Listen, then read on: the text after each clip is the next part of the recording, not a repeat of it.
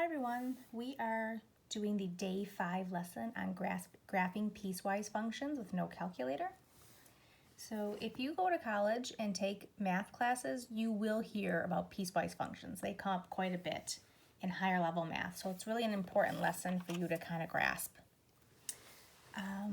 So in order to graph these by hand, we're going to just do it the old-fashioned way. We're going to sub in x values and get y values and plot the points. So we talked about piecewise functions most recently on day 1 when we did the absolute value functions. We did absolute value functions just given the absolute value equation, and then we did it as two lines connected together to make that V shape.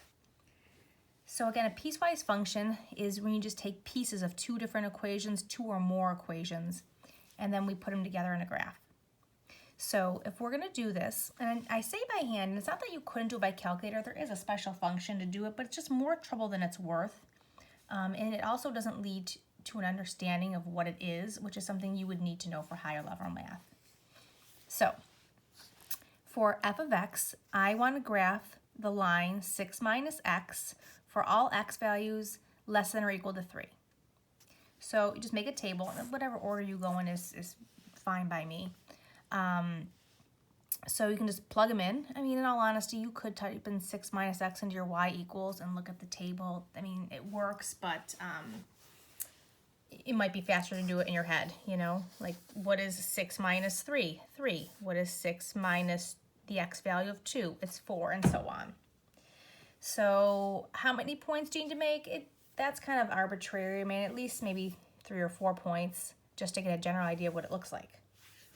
Now in the next graph, 3x minus 6, we want to graph this for all x values greater than 3. So here's the weird part about this though. You want to include 3 in your table. Accidentally, I left it out. It's actually important because sometimes these two graphs are going to connect and you're going to want to see how they connect. Sometimes they don't.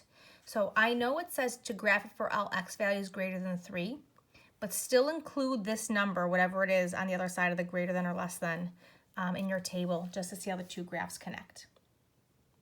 And again, you can do this by hand, just by, subbing in 3 times 3 is 9, minus 6 is 3, and so on. Or you can even type this part into your calculator and look at the table there. And again, at least, 3 or 4 points just to get an idea of what it looks like. Now it's time to graph it. Now, if you don't have graph paper at home, you can always Google graph paper or Google coordinate plane, and different things will come up and you could print that out if you'd like. You can also sketch it by hand. So if I'm looking at this graph over here, this is what it's going to look like when it's done. So how did I get here? I started with this graph first, okay? The x value is less than or equal to 3. So if I'm looking over here, I didn't graph all of the points, but I have 0, 6, 0, 6, 1, 5, 2, 4, 3, 3. Okay. Now, 3, 3, I've got this closed dot over here because it's equal to 3 at that point. Now, when I go to graph in the other direction, what I notice is it also shares the point 3, 3. So these two connect. Now, when you graph piecewise functions, they don't always connect like this. You'll see that in the next example, but these do. So after here, I've got 4, 6, 5, 9. 4, 6, 5, 9 is right there, and so on. You can just label with f of x. You don't have to label it with this entire thing over here. F of x is equal to this entire expression here, so you can just label it with f of x. So that's one piecewise function, and I'm going to do another one with you.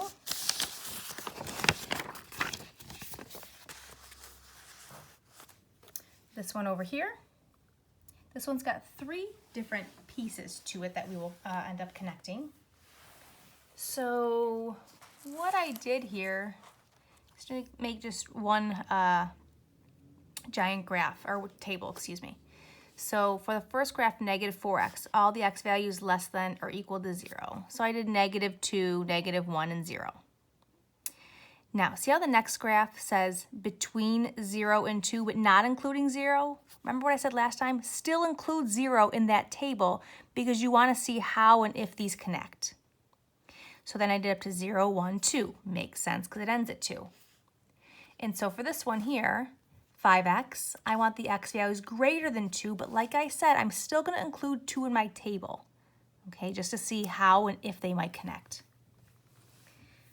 So now you see my words closed and open here. That's going to play out when we actually graph it. I think it'll be more, it'd be easier to understand if I show you when I graph it. So if I'm going to graph this now, this is it all completed, of course. I'm going to start left to right. So if I start left to right, -2, 8, -1, 4, and 0, 0. Now 0, 0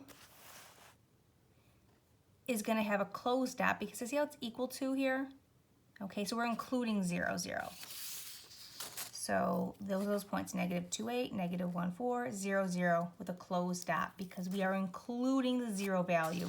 It says so right there. Now in the next section, when you're graphing f of x equals 4, that's just a horizontal line like y equals 4. So naturally, all the y values here are 4. So when you go to graph it, we are going to do everything between 0 and 2. And we don't want to include 0, but we can include, you know, 0.00001, 0.1, 0.2, 0.3.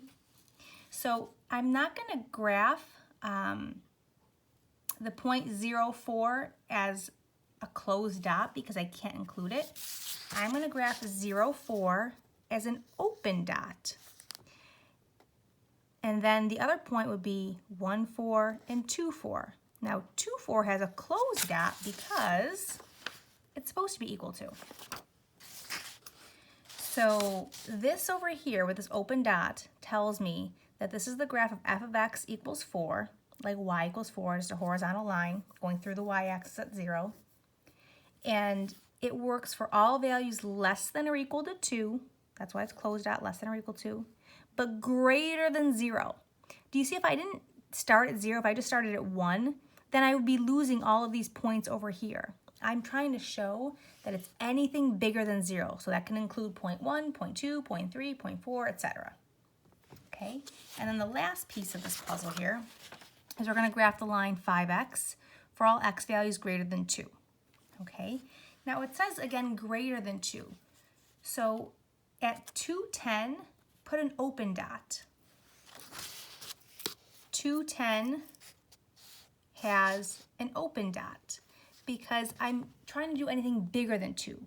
So, you know, 2.1, 2.2, 2.3, those all work, okay? I'm just putting an open dot at the 0, at the 2 value. So I'm going to graph the rest, 315 and 420 as normal. 315, 420 is normal. I put an arrow on it. And to finish it off, make sure you label the f of x. Also, don't forget to label the x and y axes up there. I labeled it down here at the bottom, the same thing. Okay? So when it comes to these piecewise functions, just be sure that connecting number, like the 0 here and the 2 here, that you would include it in your table for both of those graphs. The graph of the -4x, the graph of the 4, and the graph of the 5x. So it looks like you're repeating numbers in the table, and you are, but it's just to see where to make those connecting pieces, okay? We did the same thing again in example 1, where that connecting number 3 was listed in both tables, so you can see how they connect or don't. So that's it for piecewise functions here today. The homework assignment that you would be working on tomorrow would be the 427, this guy right here. And again, if you need graph paper, just Google it, and you can print some off if you'd like. Have a good night.